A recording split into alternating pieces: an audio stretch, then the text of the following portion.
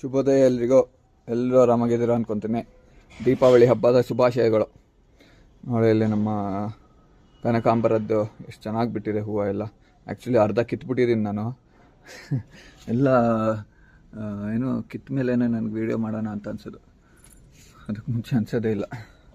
ನೋಡಿ, ಇಲ್ಲಿ ಇದು ಎಲ್ಲ ದೀಪಾವಳಿ ಹಬ್ಬಕ್ಕೆ ಇವತ್ತು ನಾವು ಹೂ ಕೀಳ್ತಾ ಇರೋದು.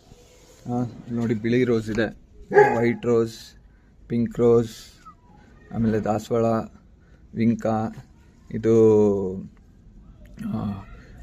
ಏನಪ್ಪ ಬೇಸಿಲ್ ಅಂತಾರೆ ಇದಕ್ಕೆ, ಕಾಮಕಸ್ತೂರಿ. ಆಮೇಲೆ ಇಲ್ಲಿ ನೋಡಿ, ನಮ್ಮ ಚೆಂಡು ಹೂವು ನೋಡಿ ಚೆನ್ನಾಗಿ ಬಂದಿದೆ. ಇದೆಲ್ಲ ಡಿಫ್ರೆಂಟ್ ವೆರೈಟಿ ಚೆಂಡು ಹೂವು. ರೋಸ್ ಬಂದಿದೆ.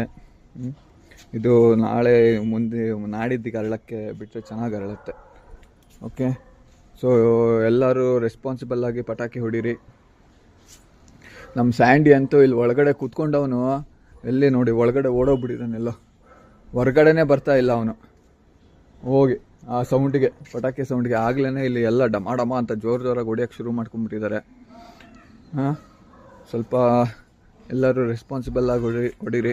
ಅಕ್ಕಪಕ್ಕದ ಮನೆಯಲ್ಲೆಲ್ಲ ವಯಸ್ಸಾದವರೆಲ್ಲ ಇರ್ತಾರೆ. ತುಂಬ ಸೌಂಡ್ ಮಾಡೋವಂಥದ್ದೆಲ್ಲ ಹೊಡಿಯೋಕ್ಕೆ ಹೋಗ್ಬೇಡಿ. ಎಂಜಾಯ್ ಮಾಡಿ, ಹಾಗೆ ರೆಸ್ಪಾನ್ಸಿಬಲ್ ಆಗಿರಿ ಅಷ್ಟೆ. Okay, so happy Deepavali once again.